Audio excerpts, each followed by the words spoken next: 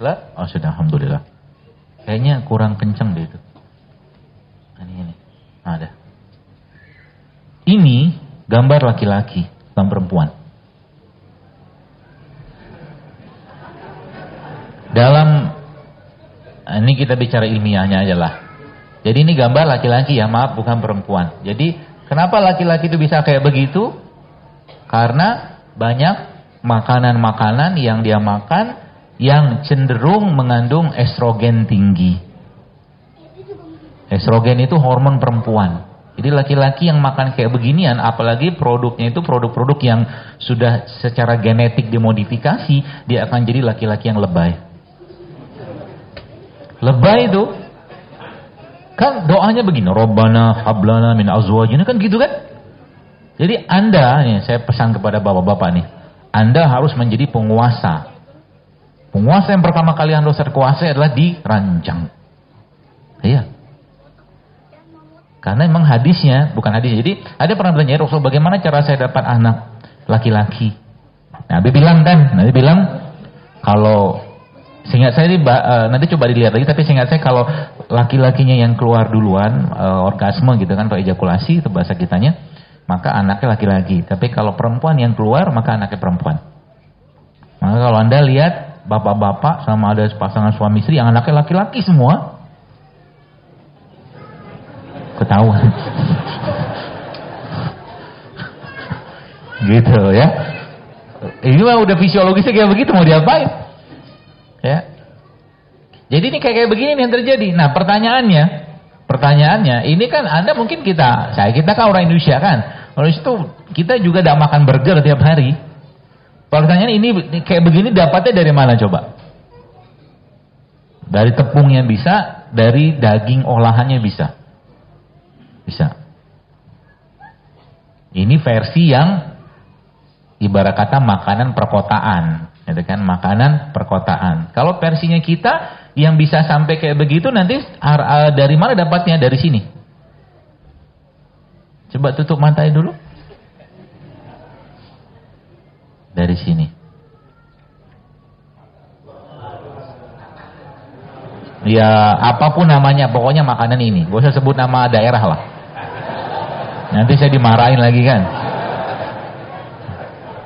Baik, kita akan belajar ilmiahnya. Ya, bukan untuk menghina, menjelek-jelekan, mencela makanan, bukan. Jadi kalau Bapak Ibu paham, boleh nggak makan beginian? Boleh, tapi Anda harus tahu rules-nya dulu. Bagaimana makanan itu bagaimana makanan itu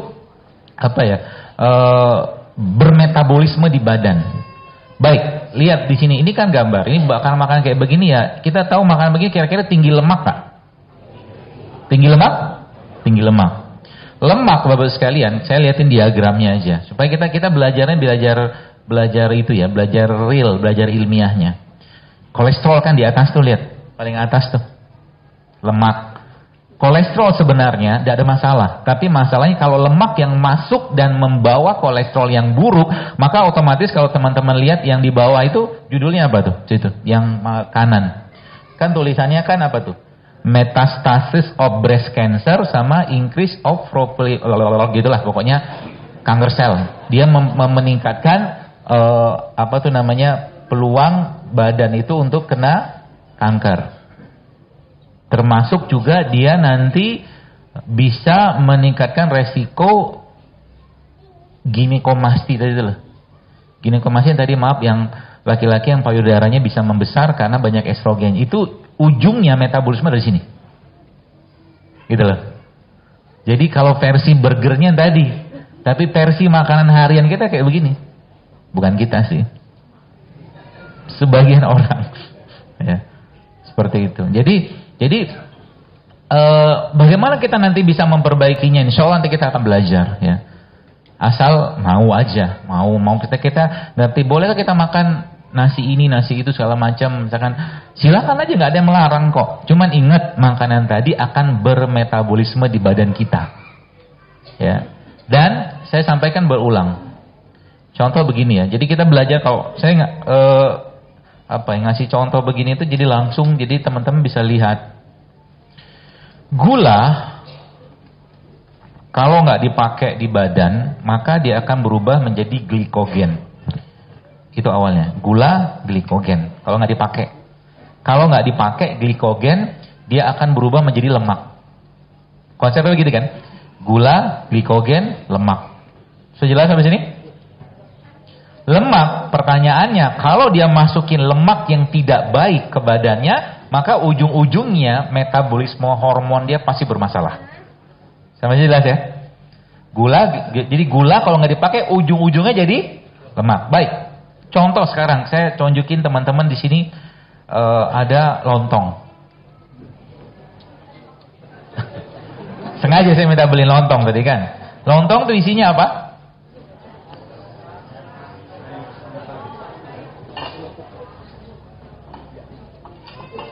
Isi pertama lontong itu kan ini. Ada ketupatnya. Ini gula nggak? Gula. Kalau nggak kepake jadi apa tadi?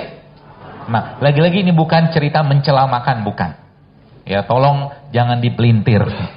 Ya, kita belajar memahami. Jadi kalau mau makan silakan, nggak ada yang larang. Cuman ngerti.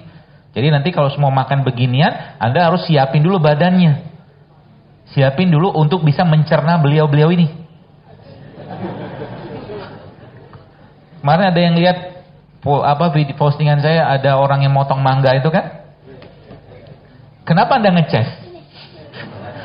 Karena emang tubuh kita tuh kayak begini sebenarnya. Allah menciptakan kita itu kalau kita makannya yang dimakan tuh benar, pasti akan dan menimbul. Jadi mata itu memberikan sensasi ke otak sama ke sini. Dari sini begini dari awalnya. Ketika dilihat itu makanan yang penuh. Kenapa Anda makan beginian? Coba saya jujur aja deh. Anda lihat orang makan beginian, kira-kira ngeces nggak? Nggak ngeces karena udah nggak ada enzimnya. Gitu maksudnya. Jadi kalau makanan-makanan yang biasanya tinggi enzim kayak yang asam atau yang manis, kita memang sensasi kita akan mengeluarkan air ludah kan gitu kan? Bahkan tanpa ada barangnya aja kita bisa keluar air ludahnya. Sampai kayak begitu, mata itu efeknya. Ya, ketika yang dimakan sudah tidak menimbulkan sensasi kayak begini, Bapak sekalian, air ludah kita keluar, which is itu adalah enzim, maka tubuh sebenarnya akan ekstra kerja. Oke, sekarang tadi kita bahas ini. Ini kan tadi gula kan? Kan ini dari apa namanya? Beras. Beras kan gula. Gula nggak kepake, ujungnya dari jadi apa? Lemak. Tandanya seseorang itu sudah kelebihan lemak, tandanya apa? Lipatan. Di perut kalau yang perempuan, ya kalau laki-laki, ya. Kalau perempuan biasa di bokong, ya sama di paha. Kalau laki-laki biasanya buntel ke depan. Gitulah. Itu tanda dia sudah terlalu banyak cadangan lemak nggak kepake. Jelas ya? Nah, berarti ini teknik-teknik. Jadi bayangkan pada orang yang sudah tinggi kadar lemaknya. Kira-kira makan begini jadi lemak lagi nggak? Jadi lemak lagi kan?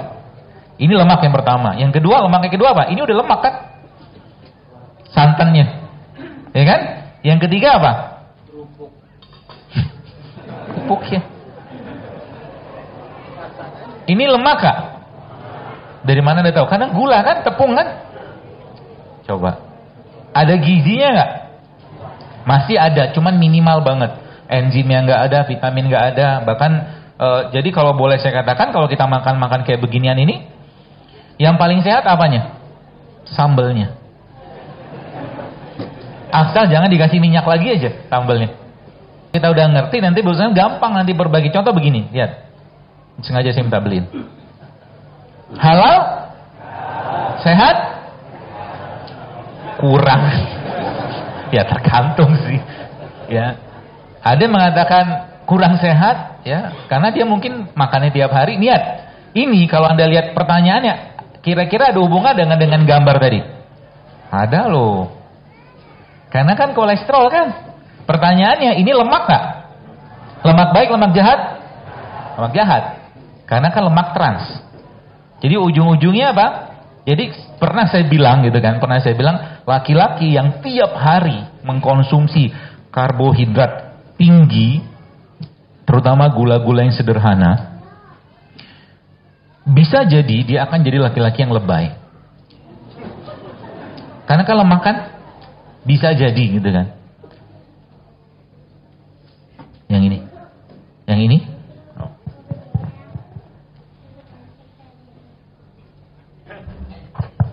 Ya, jadi bisa jadi dia akan jadi laki-laki yang kalau bahasa saya lack of leadership.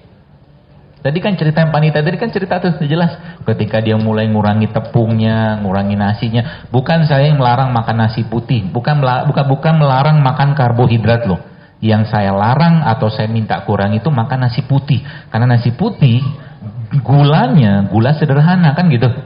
Gula sederhana kalau nggak kepake jadi apa? Lemak lagi. Gitu loh.